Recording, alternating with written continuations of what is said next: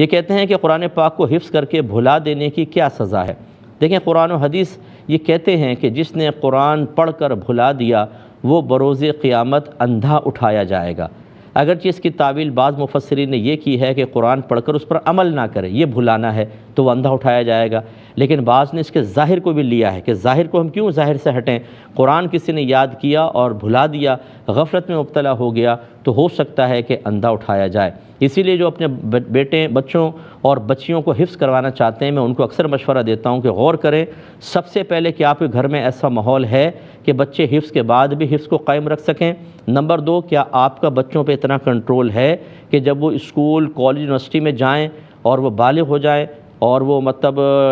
Independent ہو جائیں، تھوڑا سا آزاد ہو جائیں، تب بھی وہ آپ کا حکم مانتے ہوئے قرآن کو بار بار ریپیٹ کریں؟ بعض ماں باپ اپنا شوق پورا کرنے کے لیے بچیوں کو بھی حفظ کرا دیتے ہیں، لڑکوں کو کراتے ہیں، لڑکا بڑا ہوتا ہے، باہر جاتا ہے، ماں باپ کی سننا چھوڑ دیتا ہے، قرآن گیا۔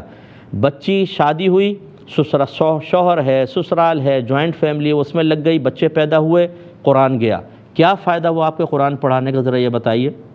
سزا اپنی جگہ موجود۔ اور یہ بھی اچھی طرح یاد رکھیں، اب یہ بات آئی تو میں عرض کر دوں کہ نبی کریم صلی اللہ علیہ وسلم نے ارشاد فرمایا، جس نے قرآن کو یاد کیا پھر اس کے حلال کو حلال اور حرام کو حرام جانا، وہ بروز قیامت اپنے خاندان میں سے 10 ایسے افراد کی شفاعت کرے گا جن پہ جہنم واجب ہو چکی ہوگی۔ اس کا مطلب ہے ہر حافظ کے لیے انعام نہیں ہے کہ آپ نے حفظ کر لیا، اب آوارہ گردیوں میں لگے ہوئے ہیں، لڑکیوں کے پیچھے بھاگ رہے ہیں، بچی ہے تو وہ بے پردگی کر رہی ہے، حرام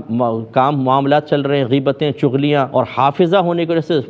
ذہن میں یہ تصور قائم ہے کہ انشاءاللہ میدان معاشر میں 10 کی شفاعت ہوگی۔ کسی کی شفاعت نہیں کر سکتے آپ، بلکہ آپ کا وہاں بچنا مشکل ہو جائے گا۔ یہ بعمل حافظ قرآن کے لیے ہے کہ جس نے قرآن کو یاد کیا پھر حلال کو حلال اور حرام کو حرام جانا۔ تو اب آپ کے لیے جو ماں باپ اپنے بچوں کو حفظ کروا رہے ہیں، پہلی بات حفظ، نمبر 2 اس پر عمل، نمبر 3 حفظ پہ استقامت، وہ کبھی بھولے نہیں۔ یہ آپ میں صلاحیت ہے اتنی، آپ ایسا ماحول بنا چکے ہیں کہ آپ آگے چل کے بچوں کو کنٹرول کر سکیں گے، پھر تو ضرور آپ کروائیں، ورنہ کسی اچھے عالم دین سے مزید مشورہ کر لیں۔